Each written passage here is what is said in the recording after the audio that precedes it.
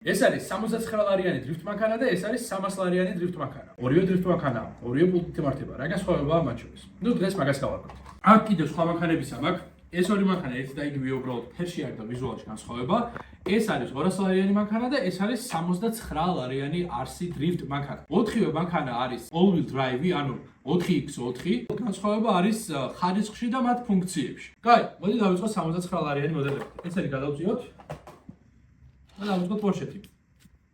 ნებისმიერ ბავშვს, ნებისმიერ ასაკის ადამიანს გაართობს, როგორც ასეთი, მაგრამ რა თქმა უნდა არის სათამაშო კლასი. ანუ ეს იმას ნიშნავს, რომ იმ ადამიანებისთვის, ვინც RC სფეროში ჩახედული არის, ეს მოდელი არც ისე მიმზიდველი არის. კი, შეიძლება იყინო, რომ თაროზე დადო, იმიტომ რომ ძალიან მაგრა გამოიყურება და მე პირადად ძალიან მომწონს და მიდევს ერთი თაროზე, მაგრამ როგორც ასეთი დრიფტის თვალსაზრისით ისეთ ხარისხს და ისეთ სიამონებას ვერ გთავაზობს, როგორც ნებისმიერი სხვა პროფესიონალური მანქანა. ანუ ახლოსაც არ მიდის, მაგრამ როგორც აღნიშნე, ნებისმიერ ადამიანს, რომელსაც საერთოდ შეხება არ ქონია RC მანქანებთან, ძალიან გაუსწორდება ესეთი რაღაცა რო ყავდეს სახში. გაზი და უკუსვლა არის პროპორციული, ანუ ეს იმას ნიშნავს, რომ თუ ცოტაზე მიაჭრ, ცოტათი მიდის, თუ ბოლომდე მიაჭრს, მაქსიმალური სიჩქარით მიდის. მაგრამ მოხვევა-მიხვევას რაც შეეხება, ან უხვევ ბოლომდე, ან საერთოდ არ უხვევ. მოდი ახლა, როცა მოხვევას აჭერ, პირდაპირ მანქანა უხვევს ბოლომდე. ანუ საშუალო არ აქვს, ნელ-ნელა არ შეუძლია მოხვევა.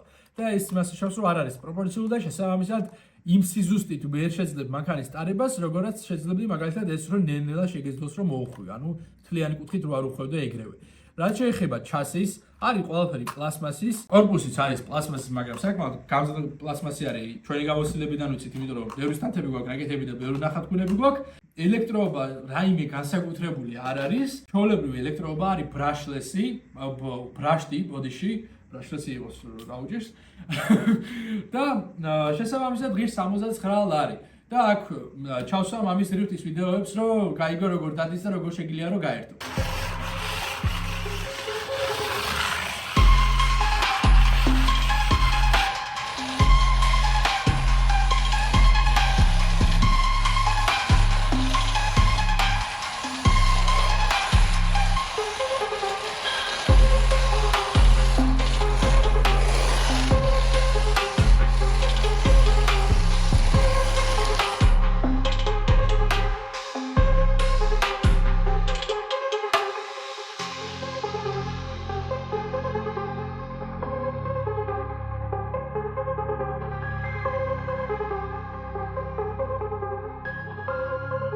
ესე იგი, მოდი პორშეს მოვეშვათ და გადავიდეთ შემდეგ მოდელზე, რომელიც არის ეს 4x4 drift car E30, რომელიც ჩემი ერთ-ერთი ფავორიტი იყო, როცა ჩამოვიდა. ძალიან ამევასა. პულტი მომენტ. შევიგე. ძალიან დიდი პულტები მოყვება ამ მოდელებს. Wush-ის RC მანქანები არის. ვიზუალი აქვს ძალიან მაგარი, ანუ აი იმენა ერთ-ერთი არის ფაქტობრივად E30 და ძალიან დაგვევასა რა. ეს პატარა დეტალიც კიდე საკეები არის რა ქვია ამას? რეზინის და რეზინის რო არის შესაბამისად დრიფტ მანქანები როცა განსაკუთრებით სახში ადრესავენ მიქს კამსმოხდა რაღაცას გატყდება, ამიტომ რეზინის პატარა დეტალები, ესეთი პატარა დეტალები ძალიან მნიშვნელოვანია და ძალიან მოგვეწონა. რა შეეხება კარკას, მაღალი ხარისხის პლასმასი არის, შეუძლია იმპაქტის მიღება და ატანა და მარტივად არ ტყდება. ამათაც ძალიან ბევრი სტანთები გვაქვს გადაღებული, ბევრი ნახატგუნებია და როგორც ხედავთ, დრეკადია თან. როგორც ხედავთ, არა, დრეკადი არ არის, ესაა მაგარი პლასმასი. მაგრამ განძლიერი საკმაოდ. ბევრი ნახატგუნები გვაქვს, შეძიცი რამდენს ვახატგუნებ ხოლმე. რა განსხვავება არის Porsche-სა და ამას შორის? პირველი ის, რომ ეს არის ბევრად უფრო დიდი, Porsche არის 1.24 მასშტაბის, ანუ ნამდვილი მანქანის 1.24 არის და ეს არის 1.16 მასშტაბის, ანუ ბევრად უფრო დიდი არის ზომაში. ესეც სათამაშოს კლასს მიეკუთვნება და მიხვევა მოხვევის კუთხე ამასაც არაპროპორციული აქვს. ან უხვევ ბოლომდე, ან საერთოდ არ უხვევ. ეს ძალიან დიდი ნაკლი არის, მაგრამ ჩვენთან გასარკვირვად ბევრად უფრო კარგად დრიფტავს, ვიდრე სხვა მსგავსი სათამაშოს კლასის მანქანები და ამიტომ დავიტოვეთ ჩვენთან Racing Georgia-ში. მიუხედავად იმისა, რომ სათამაშო კლასს მიეკუთვნება, მაინც რაღაცა ძალიან სასიამოვნო არის ამ მანქანების ტარება და როგორც აღნიშნე, ვიზუალი ძალიან მაგარი აქვს და შესაბამისად შეიძლება რომ თაროზედაც კი განათავსო და ძალიან კარგად გამოიყურება. ამის დრიფტის კადრებით, ამის დრიფტის კადრებსაც რა თქმა უნდა ჩავაგდებთ და ნახავთ რა შეუძლია ამ მანქანას. ბევრად უფრო სწრაფი არის Porsche-სთან შედარებით, Porsche დაახლოებით ალბათ 10 15 მაქსიმუმ 15 კილომეტრით ადის, ეს ალბათ რაღაცა 20 კილომეტრამდე გარავითარებს. და შესაბამისად მეტი ფავერი უფრო კარგად შეგიძლია დრიფტი.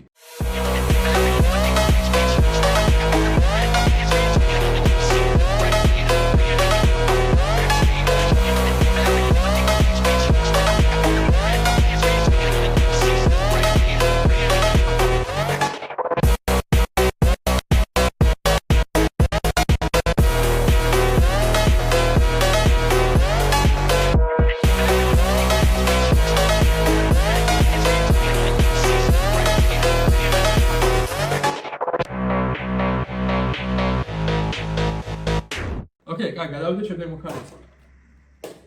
აი გამძლეა. გამძლეა, ხო. ესე იგი, შემდეგი არის ეს ულამაზესი ლიმიტირებული მოდელები. იმ E30-ების შემდეგ არის გამოსული, არის ლიმიტირებული და არის ძალიან ბევრი ფუნქციები დამატებული, რაც უნდა აღვნიშნო. კაი, მესროლი მოვიდე, არ მოგურთ. ოპა. არ ვიცი ამ არსი ბრენდს რატო უყვარს ამ ხელა პულტების გამოშვება, მაგრამ ეს კიდე იმაზე უფრო დიდი პულტი არის, როგორც აღვნიშნე, ესეც ვუში არის და ამ პულტზე ბევრი საინტერესო დეტალია. კერძოდ, შეგვიძლია სიჩქარის კონტროლი, შეგვიძლია მოხვევის, ხო, სიჩქარის კონტროლი შეგვიძლია ამ ღილაკიდან შეგვიძლია მიხვევა-მოხვევის გასწორება და გვაქვს კიდე ESP, სადაც შეგვიძლია გირო ჩავმონტაჟოთ, გიროსკოპი, მანქანას და ამ ჩანელიდან შეგვიძლია მართვა და რეგულირება. სრულად პროპორციული არის მანქანა, რამდენზედაც უხვევ, იმდენზე მოუხვევს. გაზიც, ტორმუზიც სრულად პროპორციულია და როცა გაზს აძლევ და მე უსებ ტორმუზსაც და რუშნოვიც აქვს. რაც შეეხება თვითონ მანქანებს. ვიზუალზე ბევრს არაფერს ვილაპარაკებ, იმიტომ რომ უკვე ხედავთ. არ ჭირდება ჩვენი ლაპარაკი მანქანას. ძალიან მაგარი ვიზუალი აქვს. იმდენად მაგარი ვიზუალი აქვს, რომ ტარებაც კი მოგერიდება, იმიტომ რომ არ გინდა რომ გავაფუჭო, მაგრამ რა თქმა უნდა ჩვენ არ გვერიდება, უკვე ხედავთ რომ და მოდი ახლა განახებთ რა ხდება და რა მოყვება. მანქანას მოყვება როგორც სადრიფტაო, hard პლასტიკები, რომელთაც დრიფტაობ და მოყვება კიდევ ჩვეულებრივი რეზინის საბურავები, რომელიც ასე ვთქვათ რეისინგისთვის არის რა, რბოლისთვის, რომ უფრო სწრაფად იაროს მანქანა. რაც შეეხება ჩასის, მოდი ამას თავზავანებებ, ამას დავშლით.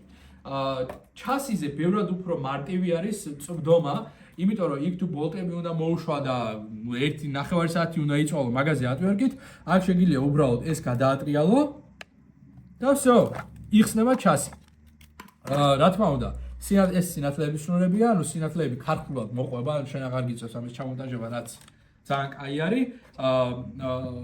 ამას რაც შეეხება ბადის, ეს უფრო დრეკადი პლასმასით არის, ვიდრე იმ პლასმასთან შედარებით ეს უფრო დრეკადი პლასმასია, უფრო მსუბუქი არის და უფრო გამძლე.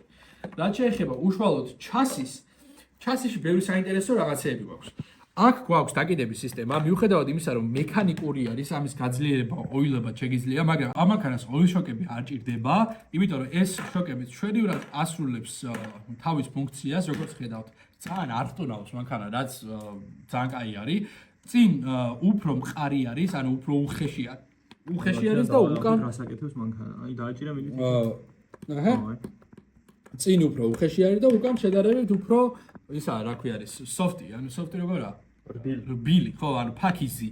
რაც გვაძლევს იმ ეფექტს, რომ როცა გაზს საჭირა მანქანაზე, უკანა ნაწილი იწევა და წინა ნაწილი იწევა, უკანა ნაწილი ქვევით იწევა და რაღაცა ძალიან სხვანაირად გამოიყურება და ძალიან კარგად.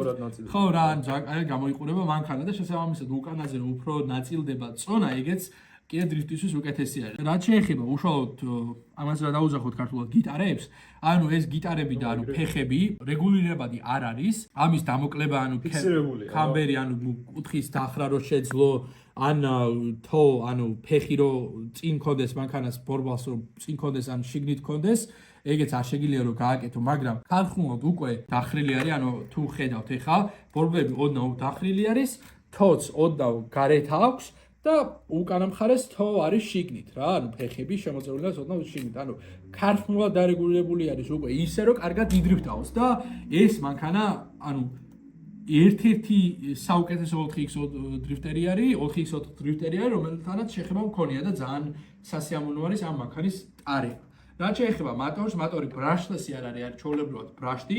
გვაქვს სერვო, რომელიც საკმაოდ სწრაფი და საკმაოდ კარგი არის და რაც შეეხება ბატარეას, რომელიც აქ იდება, გვაქვს ლითიუმის 2 სელიანი ბატარეა, რომელიც არის რამდენი ამპერი? 600 მილიამპერიანი ბატარეა, რომელიც სხვათა შორის დაახლოებით 1 საათი ძლებს. ანუ ეს მანქანა არის ის მანქანა, რომელსაც შეგვიძლია ვითამაშოთ, სანამ დავიხლებით.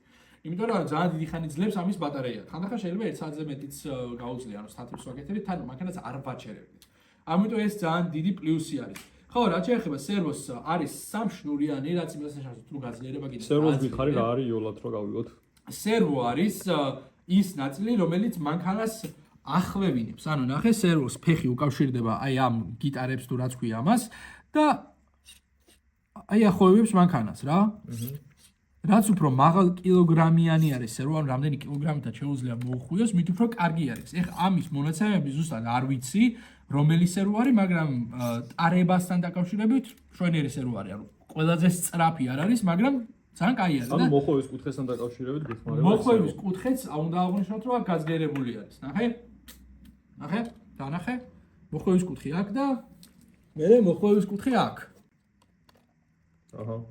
ანუ ბერად უფრო გაძლიერებული არის. სულ ესაა მანქანებზე და ამ მანქანების თანთებს, დრიფტებს და კიდე ცოტა გართობებს, იმიტომ რომ დღეს ვაპირებთ გასვლას, დაგიტოვებთ და შეგიძლიათ ნახოთ რა შეუძლია, რამდენად სასიამოვნო არის ამ მანქანების ტარება და რა ვიცი, შეხვედრამდე. შეგიძლიათ კომენტარებში დაგვიწეროთ, რომელი მანქანის გამხილვები გაინტერესებთ ყველაზე მეტად. ასეთ ვიდეოებს კიდე ბევრ შემოგთავაზებთ, განსაკუთრებით review style-ში. ეს მანქანები და ყველა სხვა მანქანის შეძენა შეგიძლიათ racinggeorgia.com-ზე და ეს ვიდეო იყო რა თქმა უნდა დასპონსორებული racinggeorgia.com-ის მიერ. აბა ჰე, აბა ჰო, მაგრად.